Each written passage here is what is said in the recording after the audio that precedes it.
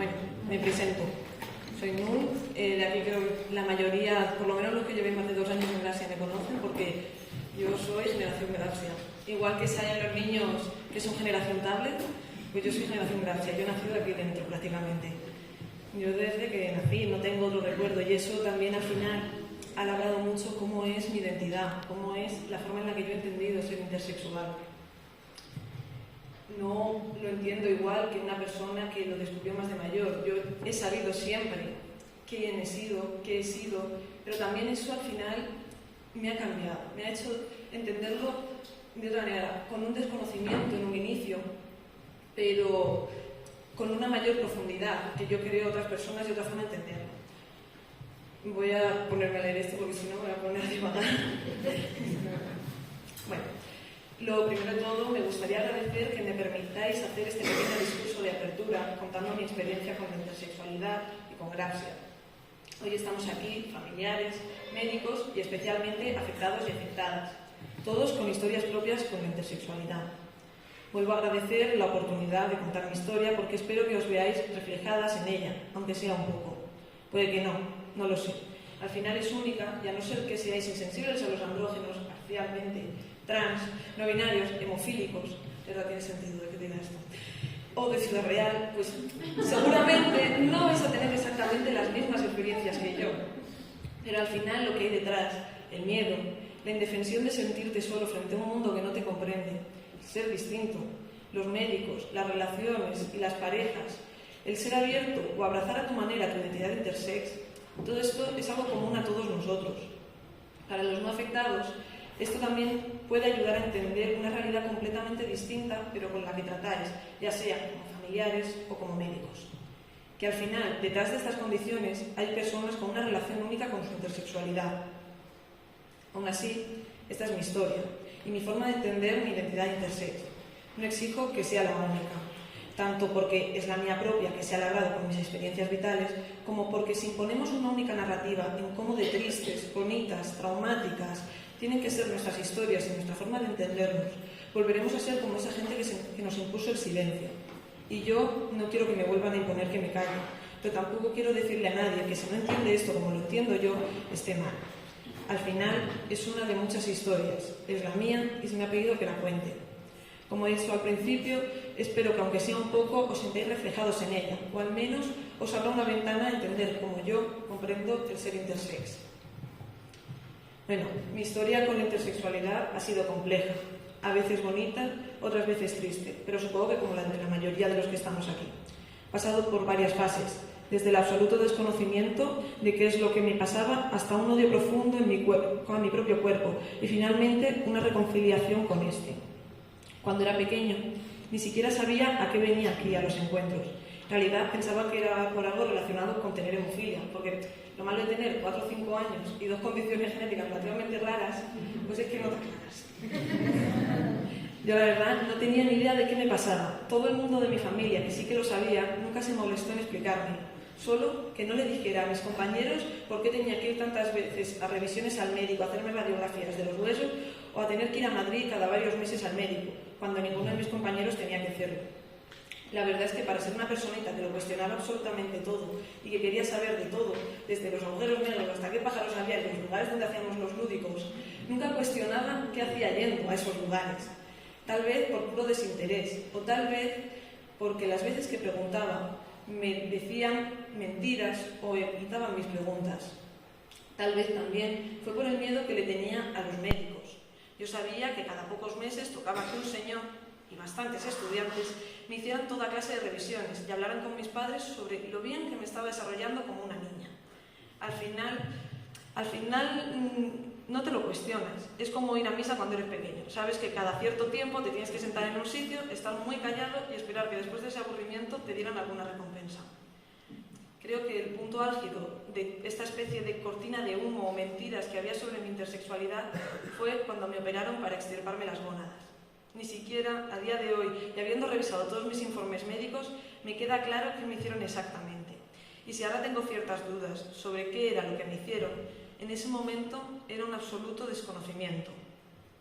Recuerdo que los médicos y mis padres me explicaban cómo era una simple revisión y que no era nada importante. He de decir que entiendo por qué no me quisieron decir nada. Tenían miedo de que yo tuviera miedo. Que poco sabían de que a mí, la verdad, me parecía maravillosa toda esa idea. Me iban a operar, a meter en un quirófano y a dormirme con anestesia. En ese momento solo podía pensar en que iba a ser la persona más guay de toda mi clase por poder contar todo esto. Después de operarme, todo cambió.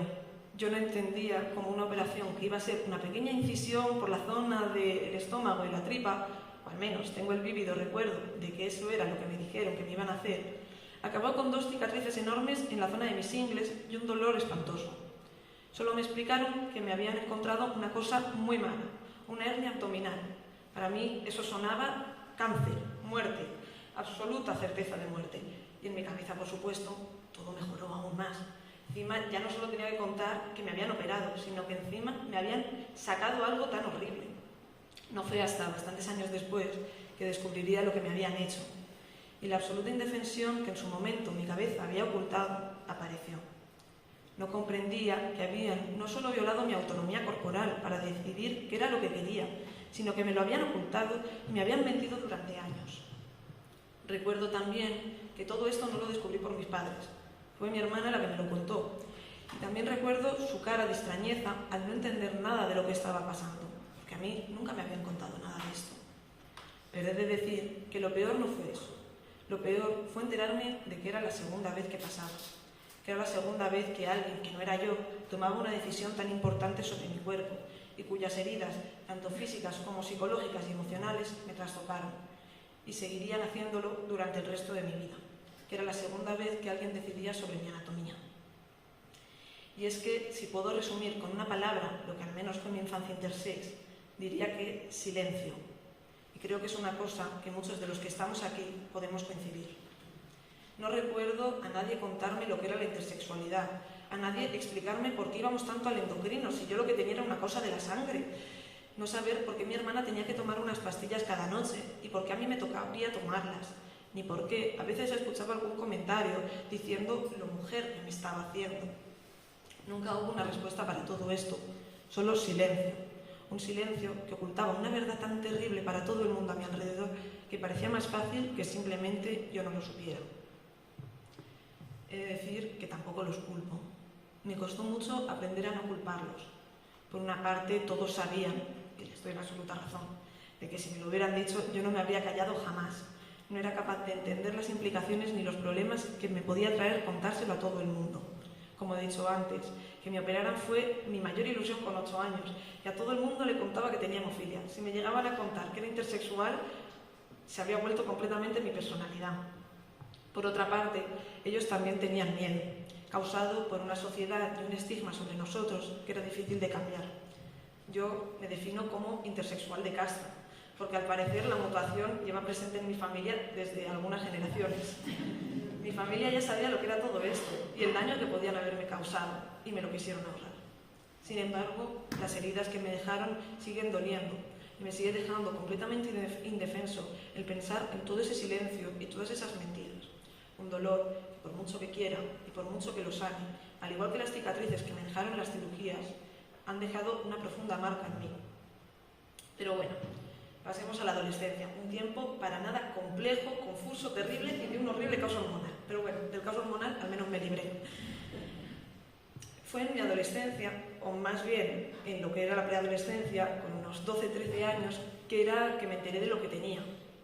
No sé si fue en un viaje a un encuentro de Gracia o a una revisión del endocrino que mi hermana me explicó qué era lo que tenía. Es decir, que fue bastante gracioso. Mi hermana, que la verdad no tenía mucha idea de biología, y yo, que tenía aún menos, intentábamos entender qué era eso de que había enfermedades que se transmitían por los genes, que era por el de mi madre, el de mi padre, que no sabíamos nada de cómo iba, solo veíamos diagramas raros que habíamos encontrado por internet. En ese momento, lo más probable es que solo escuchara bla, bla, bla, bla, bla, bla, no vas a tener la regla, bla, bla, bla, bla, bla. Y claro, Dios mío, no iba a tener la regla, esa cosa tan horrible de la que me habían advertido en el colegio y el instituto y que mis compañeras habían empezado a sufrir. Creo que era la persona más afortunada del mundo. Tardé bastante más en entender el resto de consecuencias. Supongo que una cosa buena y un poco mala de estar en Gracia, porque ¿por qué me iba a afectar ser intersexual? Si literalmente todo el mundo de la asociación lo era. Todas eran personas normales e interesantes. ¿Qué había de malo? Digo que también pudo ser algo malo, porque no fui capaz de entender las implicaciones de todo esto hasta más tarde en mi vida. No me cuestioné la mayoría de cosas y tampoco quise preguntar ni entender. Ni siquiera intenté acercarme a las experiencias que habían tenido otras personas. Si ellas eran normales, ¿para qué iba a preguntar todo esto? También he de decir que en ese momento todo era un caos. No sabía quién era, acababa de entrar en la adolescencia, con todos los problemas que esto suponía, como lo de no ser exactamente la niña cis heterosexual que siempre me habían dicho que era. Pues oye, empezaban a aflorar esos problemas. Ser intersex, es decir, librarme de todos los problemas de la adolescencia sin en ese momento ninguna consecuencia negativa, no era nada malo, ni entendía la importancia que mi hermana y mi familia le daban. Las visitas al médico seguían siendo frecuentes, pero esta vez eran más invasivas, o al menos yo ya lo notaba. Ya no tenía 8 años para ignorar todo lo que pasaba a mi alrededor. De repente escuchaba comentarios sobre lo bien que se estaban desarrollando mis características sexuales como una mujer, la cantidad de vello que tenía o dejaba de tener, comentarios sobre mis genitales o mi pecho. Estos comentarios por parte de médicos con una legión de estudiantes detrás y sin haberme pedido ningún tipo de consentimiento para inspeccionarme de arriba abajo sin ningún tipo de ropa, me comenzaron a violentar bastante. Me sentía más como una diapositiva de un PowerPoint que enseñaban en clase que como una persona o aunque fuera un paciente. Pero bueno, ese sentimiento se enterraba muy profundo de mí, porque al final era lo normal. Nunca me habían pedido consentimiento para nada de esto, y suponía que todas las revisiones pediátricas, 6 estudiantes de medicina te inspeccionaban de arriba abajo completamente desnudo. Y oye, si hay que hacer este sacrificio para no tener la regla, pues ya está. Tampoco se me preguntó nunca si quería tomar estrógenos, porque los tenía que tomar, o si existía alguna alternativa. Todas estas cosas se iban acumulando dentro de mí. Primero, porque como he dicho antes, al final no es más que lo de siempre. No había otra alternativa, o al menos no la conocía. Y por otra parte, ¿de qué me iba a quejar? Este era el precio a pagar por arreglarme. Porque fue ahí, en la adolescencia, donde apareció por fin ese terrible concepto. El de que mi cuerpo estaba dañado y había que arreglarlo. Por supuesto, nunca me lo dijeron así. Bueno, algún comentario llegué a oír que sabía que iba por esa línea, pero yo lo sentía dentro de mí. Si no había nada malo conmigo, ¿por qué tenía que callármelo?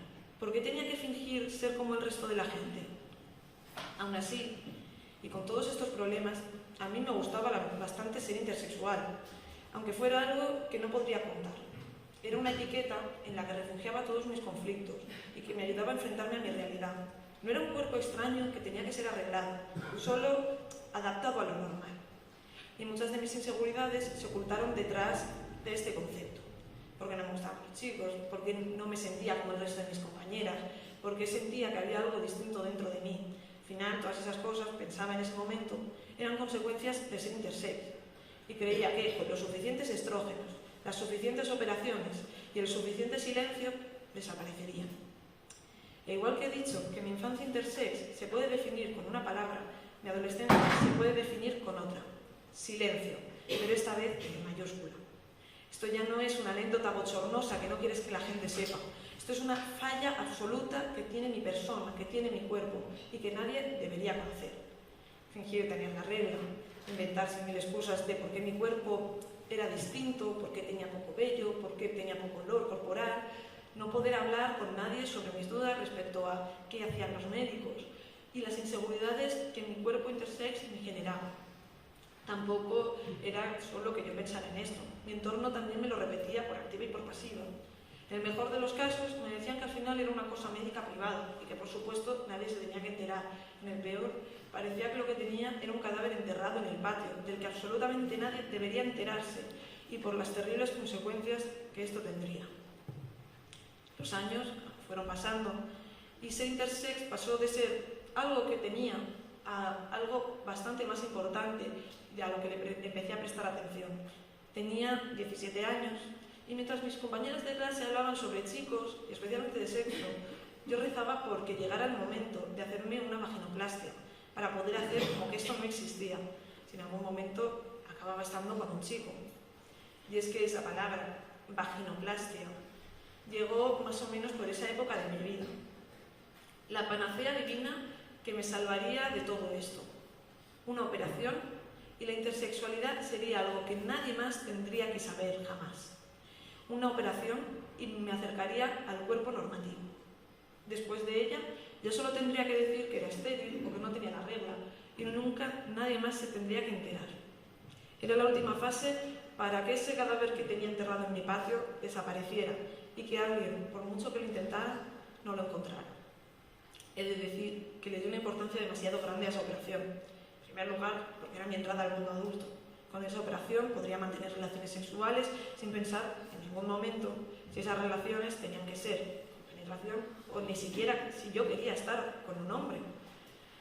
La vaginoplastia también terminaría de corregir mi cuerpo y eliminaría cualquier atisbo de duda de mi dignidad, que en ese momento era algo que tenía la necesidad de demostrar, porque yo no era otra cosa más que una mujer dañada a la que tenía que arreglar. Sin embargo, al mismo tiempo que tenía este conflicto interno dentro de mí, otra parte quería librarse de todo esto. Solo tenía poder de mí por una razón, el miedo que yo le tenía. En ese momento tomé la decisión de contárselo a la que era mi mejor amiga. 17 años de absoluto silencio sepulcral, rotos con una simple conversación. Y después de esta conversación, el mundo no se acabó.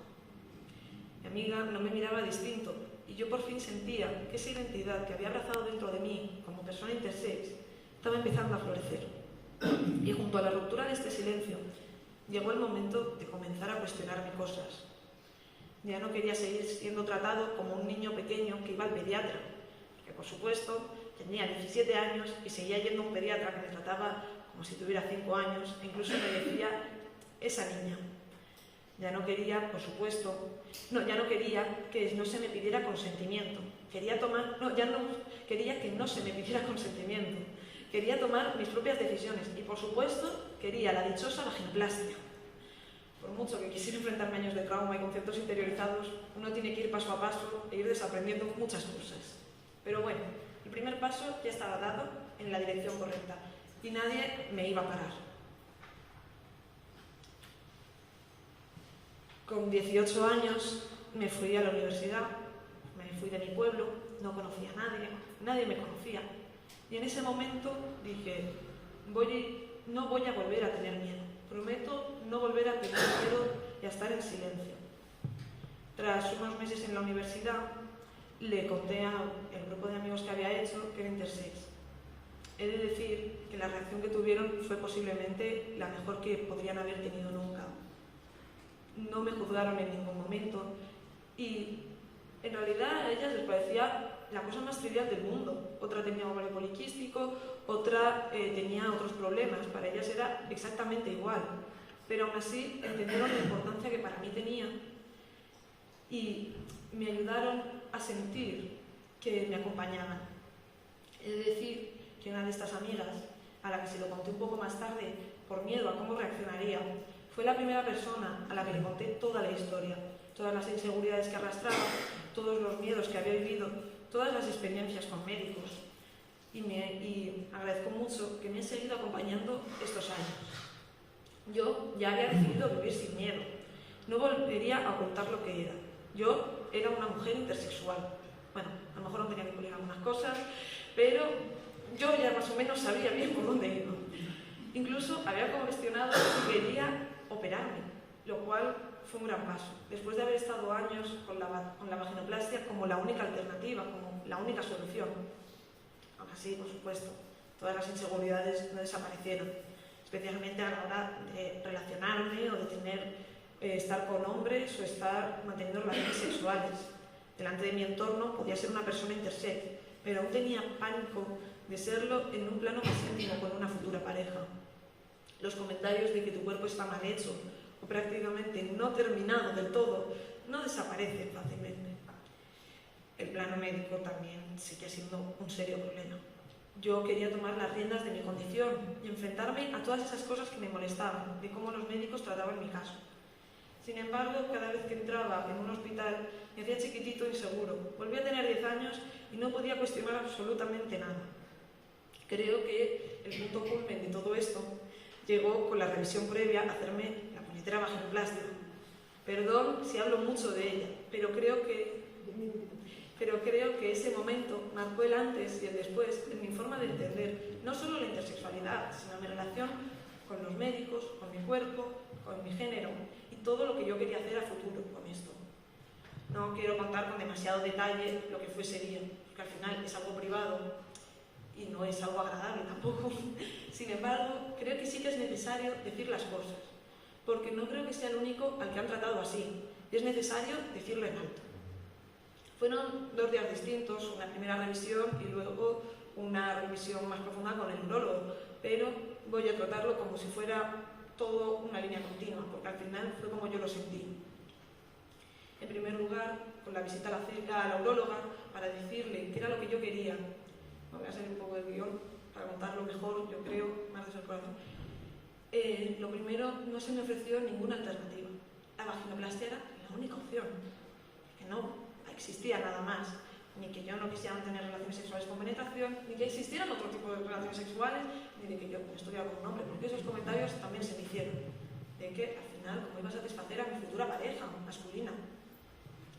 Claro, yo en este momento, como he dicho antes, nada más que una bolita de ansiedad, trauma infantil, y aunque estaba yo sobre una consulta del médico hablando con la neuróloga, yo no era capaz, sentía como si mis padres estuvieran al lado mío diciéndole a la amiga, sí, quiere esto y quiere esto. Yo no era capaz de enfrentarme a esto. Aparte, después, en el momento en el que ya me tocó hacer una revisión neurológica más profunda, me tuvieron que inspeccionar la zona de la vejiga y todo esto, primero tenía una legión de enfermeras, querían ver qué estaba pasando, porque una persona de 19 años en ese momento estaba primero en pediatría, me tocó hacerlo donde estaban los niños pequeños, porque en ningún caso se cuestionaron qué era lo que yo quería, qué era lo que yo necesitaba. Claro, una legión de enfermeras viéndome, que acababan de sacar un niño de 3 meses, entraba yo, todas diciéndome, ay, qué valiente, qué bien que te lo vas a hacer, y yo diciéndoles, pues no lo sé, he venido porque creo que esta es una opción, no sé si no quiero hacerlo, ya me estaba empezando a cuestionar cosas. Todo lo que me miraban era con caras de estupefacción y la que no, con alguna de horror, diciendo, pero, ¿por qué? Sí, y ya se oyó el dichoso comentario de si es lo que te falta para ser una mujer, si es lo que te falta para ser normal. También se habían oído algunos comentarios antes en las revisiones con la neuróloga, que qué bien me lo habían dejado. Esa primera operación de la que había hablado antes. Aparte de eso, ya creo que el momento culmen que me cambió ahí fue cuando llegó otra neuróloga que no era la mía, a la que yo le dije, soy intersex, tengo esto, me han explicado que tengo la uretra, tengo toda esta zona distinta, la tengo de esta manera. Me ignoró.